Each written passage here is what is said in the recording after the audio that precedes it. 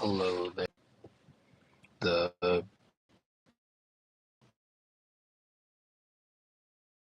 biggest thing in this one hit good now. Am I good now? Let me know. I'm leaving the area I was just in. So it should improve in theory. In a second at least.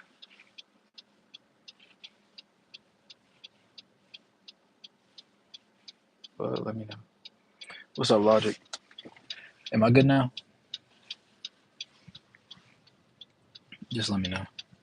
Because I know it was cutting out.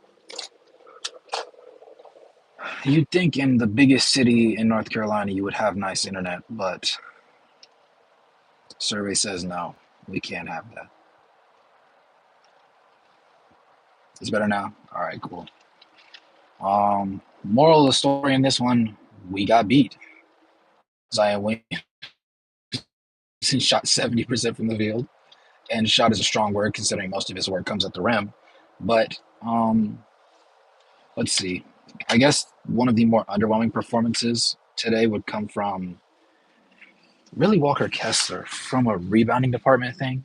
John Collins, to his credit, did have 12, but scoring 8 points wasn't really going to save anything. Larry Markkinen shot 36, I believe, percent from the field. Correct me if I'm wrong. But he did end up being second on the team in points, 24. Overall, we just had less cogs of the machine that were hot today than they did. And that made the difference because you can't have consistent guys shooting 1 of 5, 1 of 6 from 3 and expect to win a game that way. That's just not how the world works. Keontae George particularly had a bad shooting night. And by bad, I do mean bad. But it was in line with a lot of other players on the roster, so it made sense. That's the easiest way to put it. Good. You said, both JC were rough. Stat sheet, yeah, most definitely. Across the board, things just weren't the prettiest, which speaks volumes because I did think that it was going to be an interesting game. I didn't think that Lowry was going to shoot 3 of 12 from 3.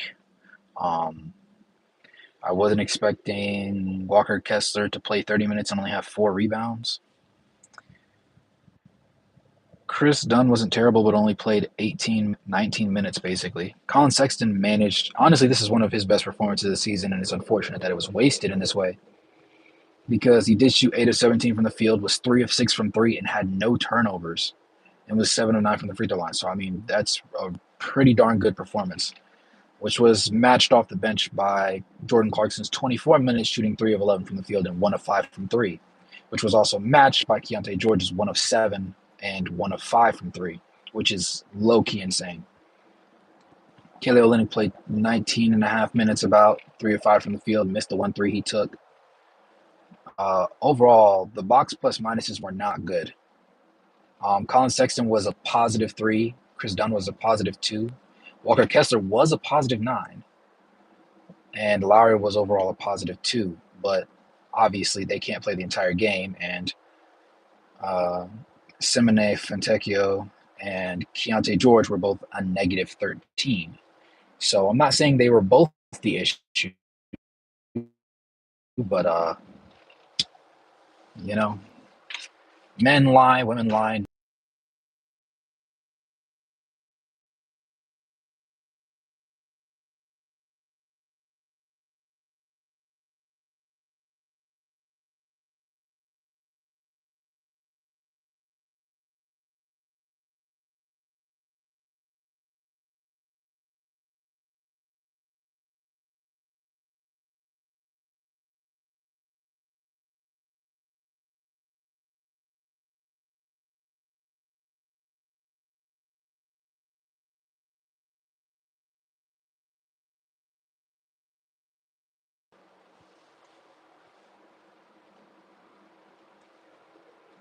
Multitasking.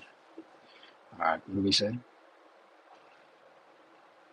JN, what's up, my boy? I'm about to read what you said, Freddie. I'm not ignoring. Just trying to go ahead and get this next part of my job straightened out. Survey says good. Okay. So he said Hardy lost the game by having no center lineup, and they scored 8 straight or something. THT was also in the game for no reason. Yeah, THT's minutes were very wasted. I'm not gonna lie. 6 minutes. At that point, give it to Taylor Hendricks. Or better yet, give those 6 minutes to Chris Dunn because Chris Dunn was a positive 3 and only played 18 minutes despite starting the game. Very interesting choice, but neither here nor there. You said Clarkson was in the game too long and the way he was shooting. Yeah, but I will credit Will Hardy, though, because Clarkson, despite coming off the bench, didn't play 30 minutes today. He realized he was having a poor shooting night, and he actually pulled the plug. 24 minutes might be a little too long, but considering he shot 11 field goal attempts and was 3 of 11, I feel a lot more comfortable with that than what he did with Keontae George, because Keontae, for one, isn't already like a top tier shot maker at this point in his career, and he's still working through a lot of issues. But to be working through issues and simultaneously put up a box plus minus of that negative 13, which obviously is attributed to the other players that were on the court alongside him, it's not the greatest look across the board.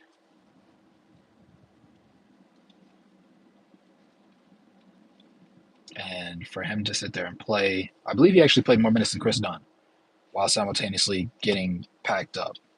And I think the biggest difference between this part of the season right now over the past like 5, 6, 7, 8 games versus when we had Keontae George starting was in my video, for example, when I said that Keontae George needed to see the bench, it wasn't because I don't value his development, because I absolutely do. He is ideally the future franchise point guard of this organization. But the issue is he shoots so poorly right now, it's hard to play him because he's not Chris Dunn on defense and just has egregious shot making skills. That would be kind of workable because it's like, okay, he's not going to give you 20, but he's also not going to give up 20. But he's kind of liable to do both, which is problematic.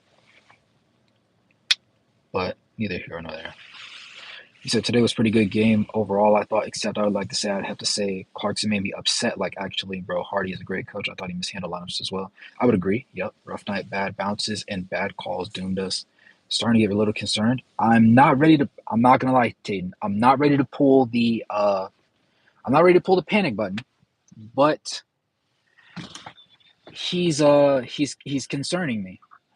I'm not about to smash the red button for the panic like I would want y'all to smash the like button. But I'll tell you right now, I am mildly concerned about his lack of proper shot making skill right now. It's honestly very alarming. And to be quite frank with you, I don't know where we go from here for him specifically. Because it's not getting any better. And the thing that's most concerning is the fact that, like, I actually had a video planned. I was going to talk about the Keontae George evolution, but it hasn't started because, well, there's been no evolution. The biggest issue that I'm seeing with Keontae George isn't that he's taking bad shots, because he's taking okay to good shots. The issue is the shots aren't falling, which is the most arguably concerning part of it, because there's only but so much you can accept. And it's not like, oh, he's taking 3, 4, 5 shots a game. There was games where he was taking double-figure shot attempts and shooting 30s and 20%. That's not good. That's really not good. That's actually like really horrible. But we sweep it under the rug because we understand that he's going to be a bit of, not necessarily the biggest project, but a bit of a project. And it's going to take him a little bit of time to really just adjust to the NBA level and get things going for himself.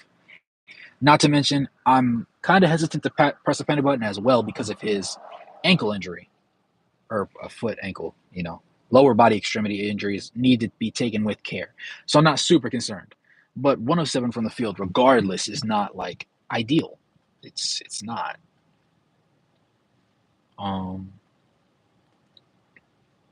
Keontae will get better. He's trying to find this fit.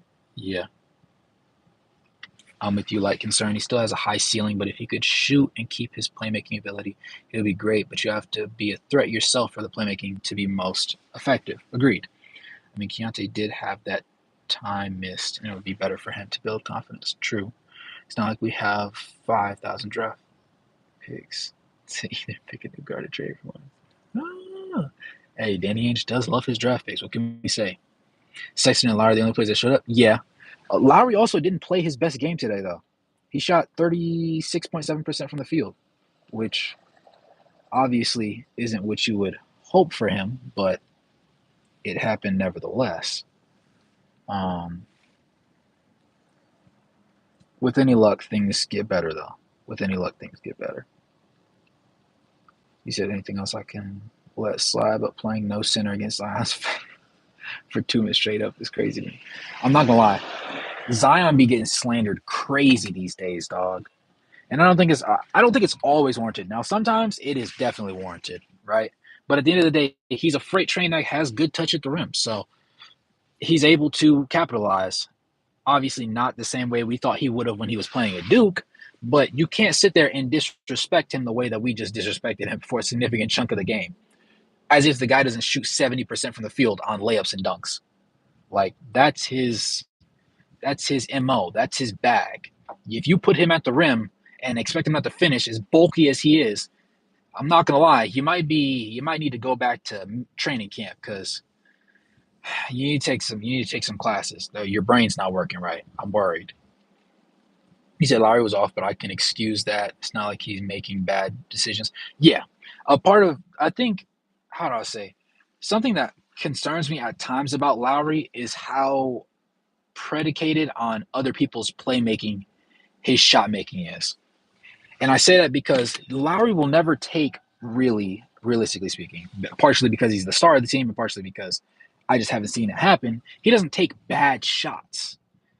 If now people can lead him into bad shots by making a poor pass or putting him in a position where he's going to take a contested jumper, but he's still going to shoot it anyways. My concern is when he takes like a significant amount like today, if he shot like this over like a 4 or 5 game span, I would say he's in a shooting slump and we might be a little bit concerned because as I say, he's not going to single-handedly propel this team into the playoffs, but the team still goes as Lowry goes. So if Lowry's not hitting his shots, kind of struggling. Not far. Let me see.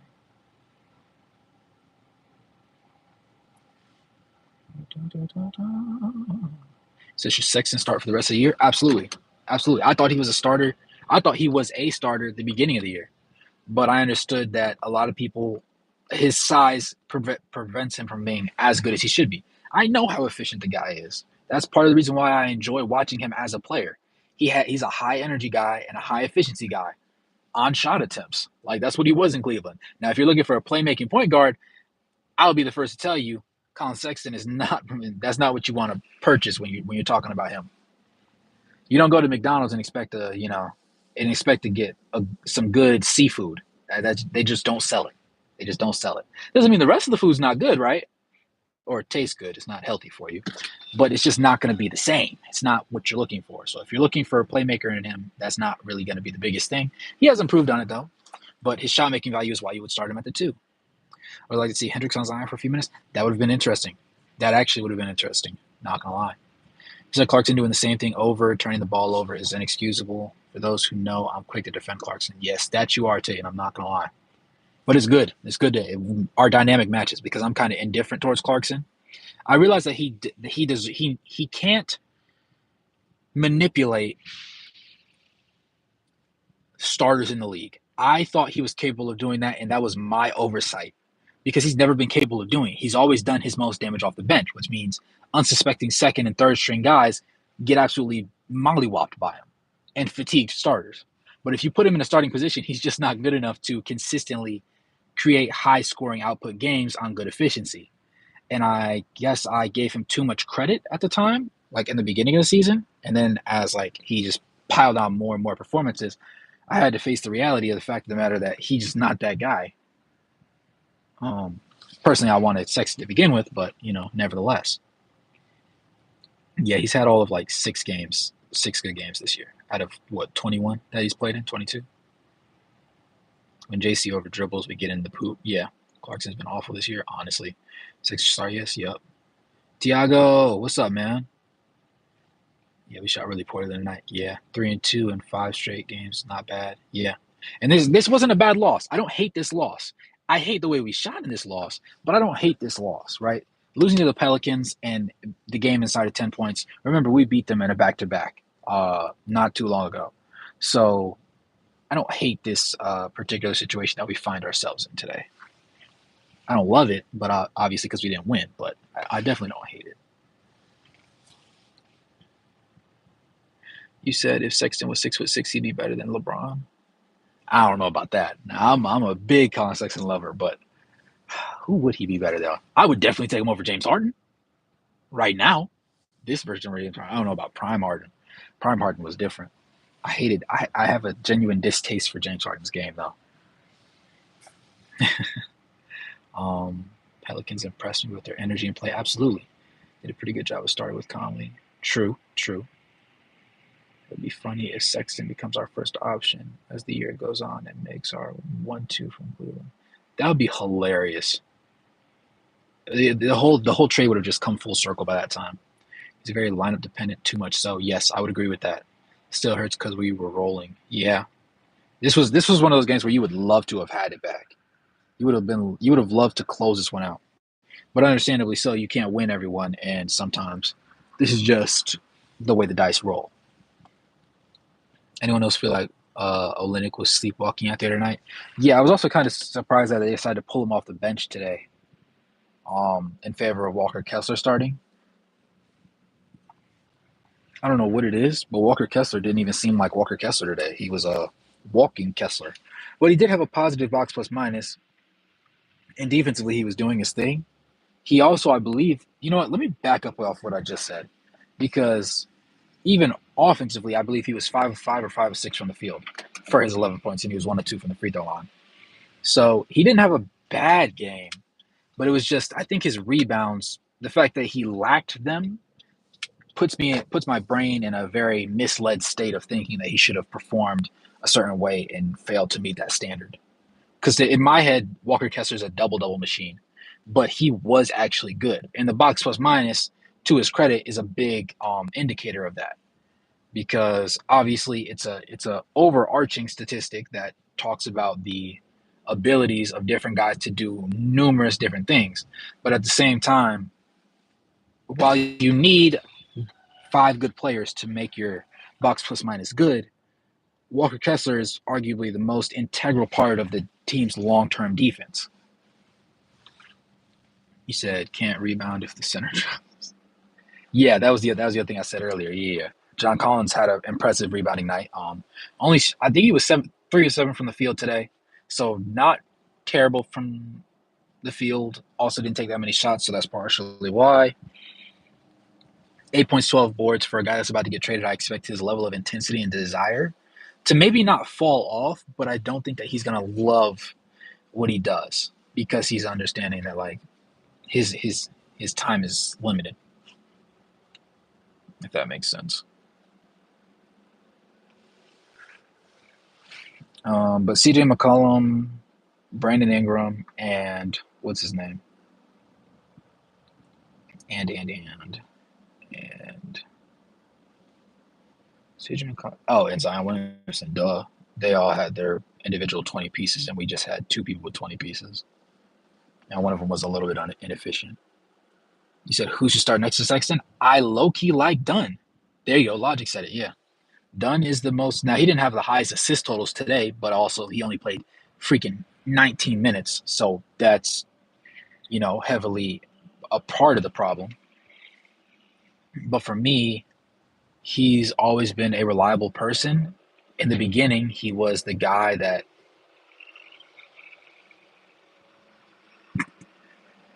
Mariah Mills. Yo, what? The guard we trade for and no one on the current roster is ideal. I mean, yeah. If you're looking for just a veteran table setter that will start until Keontae George is ready, I think Chris Dunn is that guy. I thought he was from the beginning of the season. And so far, in the two starts where they actually gave him genuine burn, it made sense because he had double figure assists, right?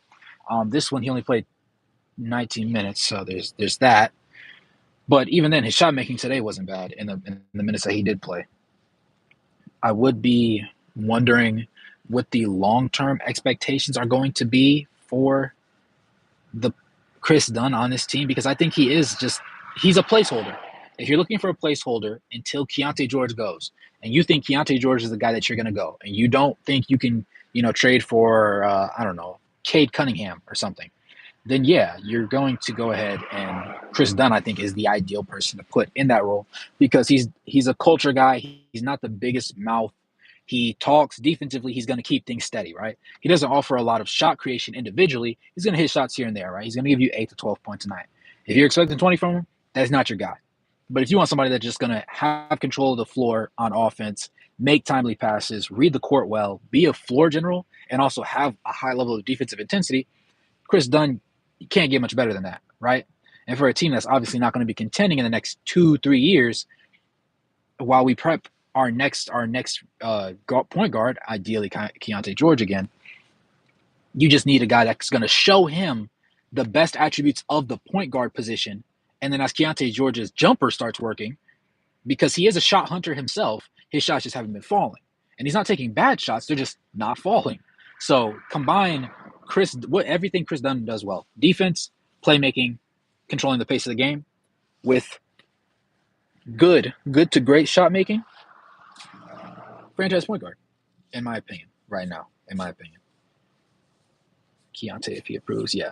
With that being said, I have to agree with Dunn's, unless the goal is to lose and develop Keontae, knowing you'll most likely lose. Yeah, because Keontae has been almost as much of a net negative across this season's games that he started as Jordan Clarkson has. And it pained me to say that in the beginning because I was like, well, you have to let him miss, right? He can't be afraid to make mistakes. But it comes to a point where like you're making so many. He's like, brother, please hold on a second. Please, like you're actually low key bad right now, and not attractive bad, just low key horrible. But yeah, I wouldn't be too pressed about it. He said Pistons will most likely blow it up at the deadline if it keeps sliding. I jinxed us against the Pelicans by sending Wraith the Zion eating a cookie at it. I'm not gonna lie, that video was hilarious. That video had me dying. I'll tell you. But yeah, no, it's an interesting one. Dink, what's up, man? I've been seeing all the TikTok videos and YouTube shorts. Yes, sir, yes, sir, yes, sir. Shout out to that boy. But yeah, today wasn't obviously our night, and that's okay. It wasn't a terrible performance. I didn't hate the effort. I just didn't like the fact that a lot of the shots weren't falling. But that's to be expected, right? You can't have a hot night every night. And some days you're going to have terrible shooting nights. And you just got to be able to bounce back and make things happen the next time. Now, I don't necessarily love the fact that we lost this one because we play the Heat next. And between the Heat and the Pelicans, we both know, which team has more of a winning culture about themselves on at every single night basis. It's the Heat. They're better coached. So with that in mind, is it a winnable game? I would say so. But at the same time, I don't know how comfortable I'm going to be. Like, we can't shoot this way against them, basically. Collin Sexton can't be the only hot man because it's going to get very ugly very quickly. Zach, what's up, man? But yeah, across the board, I didn't hate what we saw today. Just not enough good things to overshadow the bad things, honestly.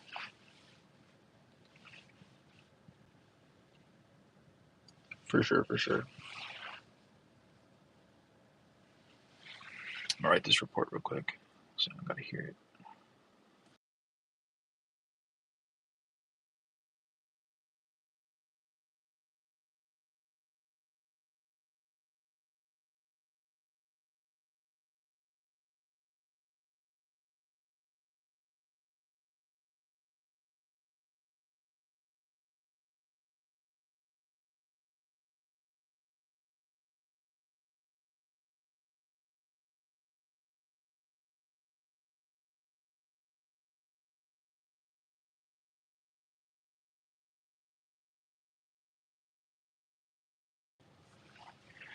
You said there's also a ton of random Heat fans showing up to the game.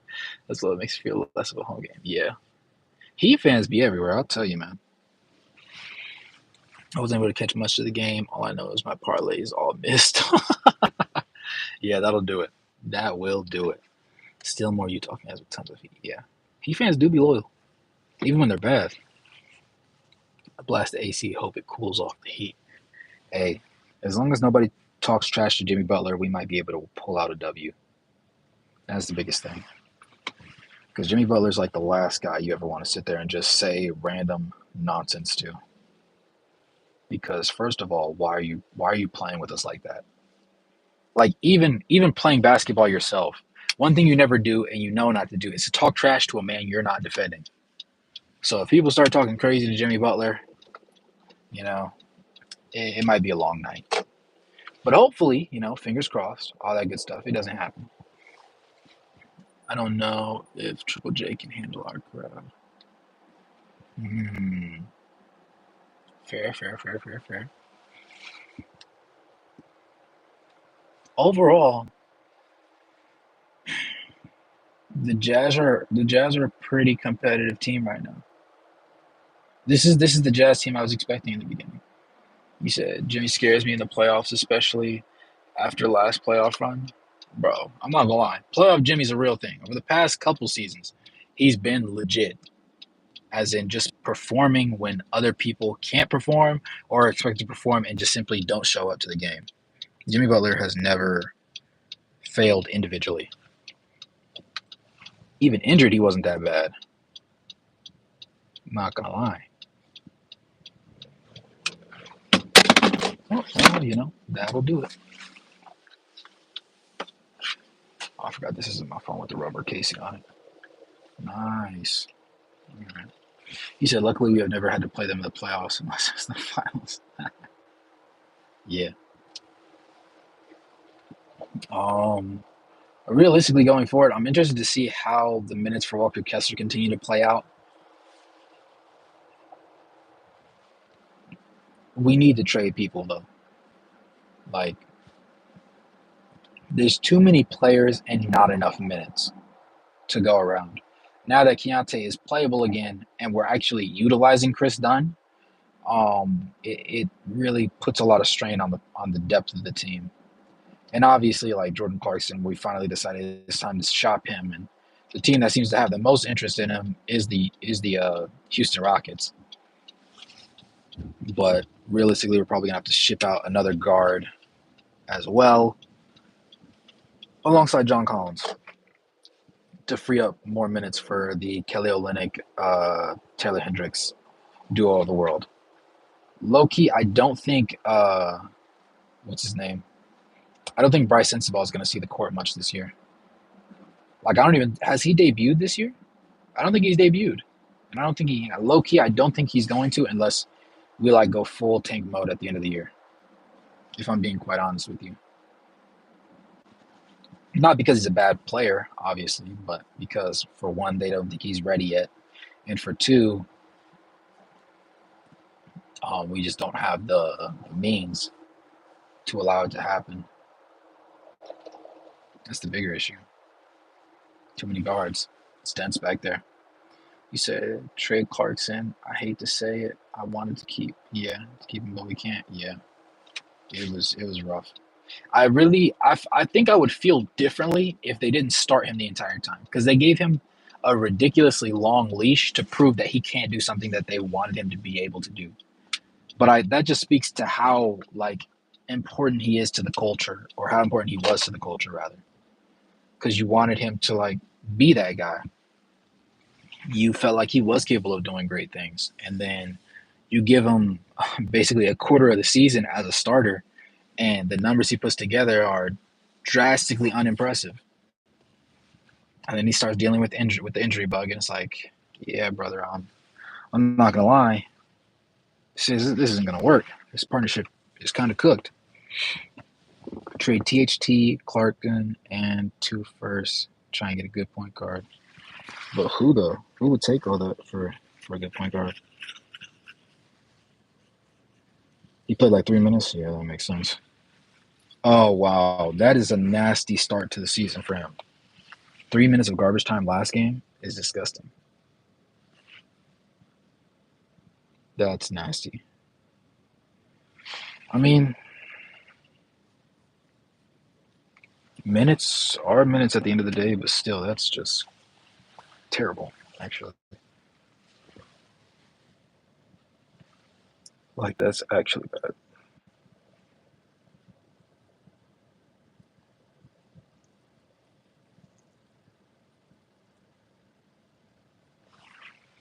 Look at this sheet right here. Survey says the Jazz need to figure something out very quickly. That's what the survey said.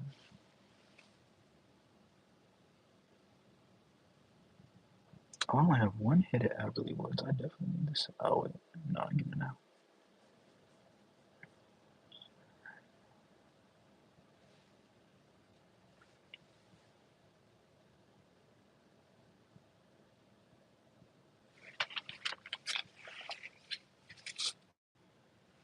Hmm.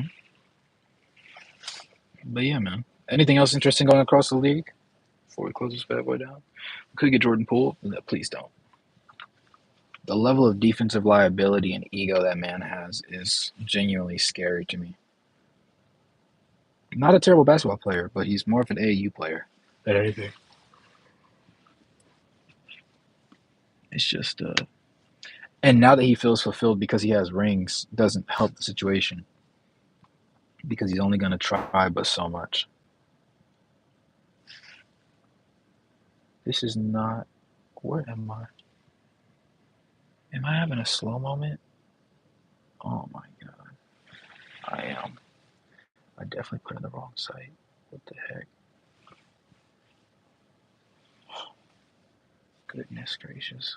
Silly goose. The silly goose that I am.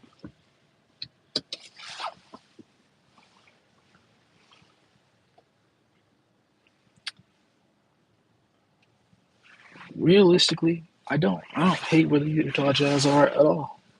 I personally felt like this is how the season should have started. Kind of middle of the road, some really good stretches, some kind of rough stretches, but at no point did I have us looking the way we looked like 20 games ago. But the thing was, that was kind of inevitable when you played Jordan Clarkson and Keontae George on the court together for significant minutes because one of them is learning how to shoot the ball at the NBA level, and the other one is just shooting bad at the NBA level. Combine that with poor overall passing and playmaking, and, well, need I say more? Problem solved.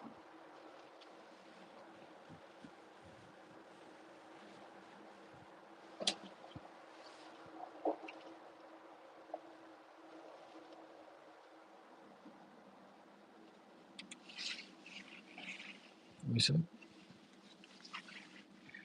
you think we could convince the Suns to sell? Really? They aren't even a playoff picture right now. Somehow they're supposed to be one of the favorites in the West. So here's the thing about the Suns.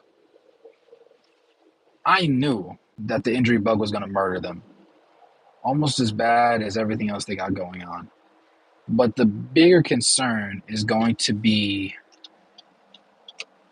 who do they have? Like, okay, so for Tatum, who do they have that you want? Or do you think we should add? Because Kevin Durant has been, the reports are saying Kevin Durant's frustrated. So, and there's not really that many more landing spots if you're wanting Kevin Durant. I'm not going to lie to you. Because KD tried to pull LeBron, and he's quite simply just not LeBron. He doesn't pick. He picks two really good teammates and ignores the injury risks. And every single time he does it, the injury risks kill him. That's what's happened the past 2 times. But in a perfect world, who from the Suns would you want to trade for if they would give them up? Let me know.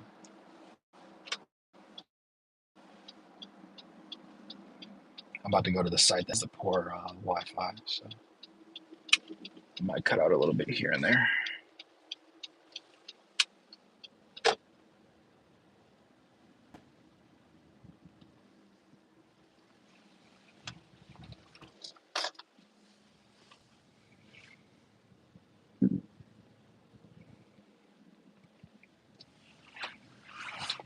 For me personally, I wouldn't even want Bradley Beal from them because Bradley Beal's not he's not cut for this realm of lifestyle. If I'm being frank,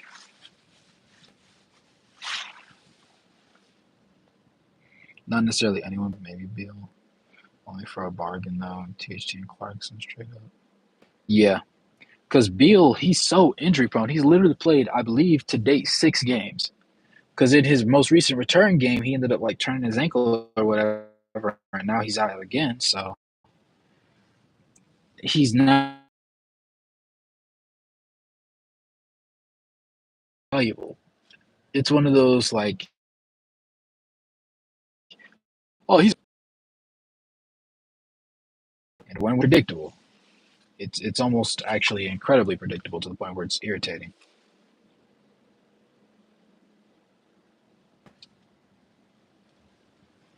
But yeah, even all across the board, I still view it the same way.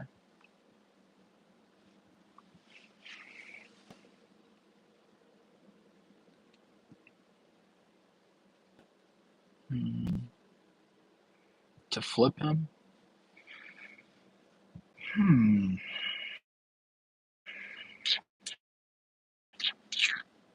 I mean, I guess I could see that. I guess I could see that. And also just to kind of clear up some room to let them work lineup wise, I could see that. I really low key want to see a THT with the Heat. Call me crazy. I think that he would fit what they do well. I think he has the frame to do a lot of things well, and because he does, and that's just his general mindset, they could make some pretty good use of him. I think it's one of the more positive situations. Maybe well, people are saying they need to move on from Tyler Hero. I don't necessarily agree with that, but if they were, how much will we give up for Tyler Hero? You know,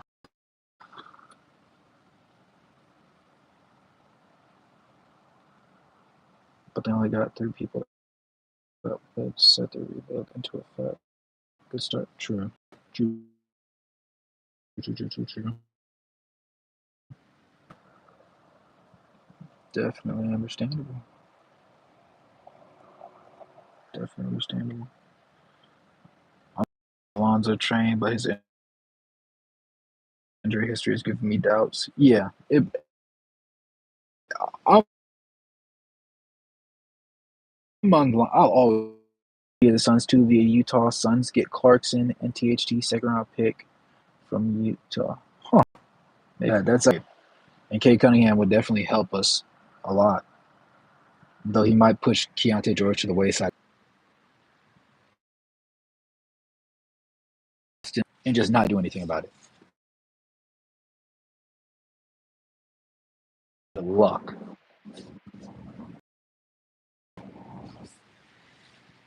But yeah, some draft capital. At the end of the day, though, I do understand like their Kate Cunningham is like the first they've had in some time since I guess if you want to go back to the DeAndre, but they haven't really had a respectable team since then, and things have just been tailoring downhill since they got Kate Cunningham, which is actually really maddening to me. Like you drafted one of the best point guards the league will see in the near future, and he's dying.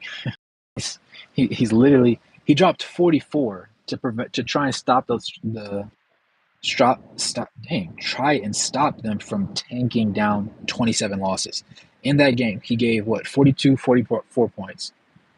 Not enough. That's just demoralizing at that point because that means me at the height of my powers, I'm not enough to buy one game. I can't keep my team from being absolute basura. Like we're trash. That's not okay.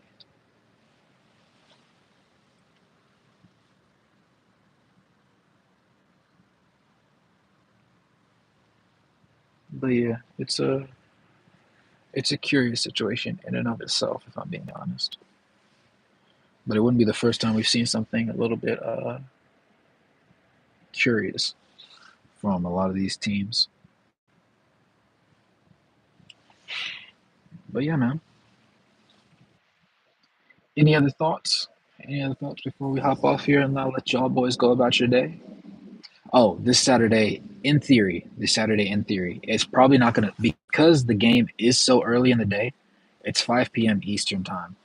So I won't be back from my basketball tournament at that.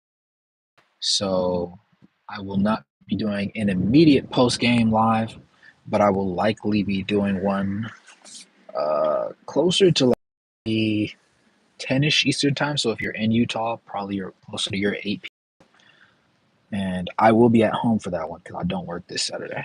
So that'll be lovely, and we'll make it an enjoyable thing for us. That'll be our that'll be our big one. It's been a while since I sat on my sat on my couch, just chopped it up with the boys.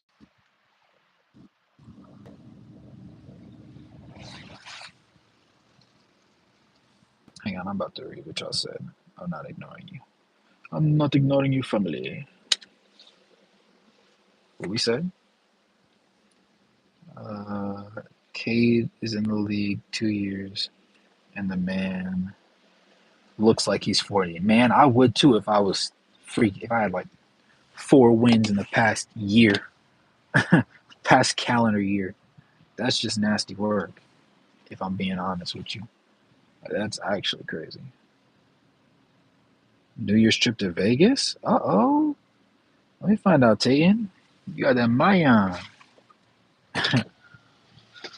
Man, oh man. But yeah, man. It's one of those things. Nah, this is maddening. It's so dark in this car. Oh, you can only see my eyes and my teeth.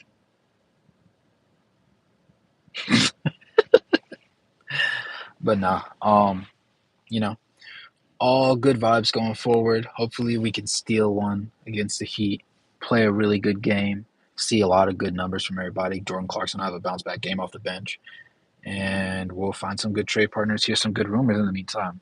My next video dropping is going to be, I did not drop the THT one. The most recent one I dropped was what? Ricky Rubio? So yeah, THT is next. And then Fontecchio and the boys will come after that. But with that being said, good morning, good evening, good night, no matter where you're on the globe watching. Thanks for tuning in. I'll catch you guys in the next one. Peace.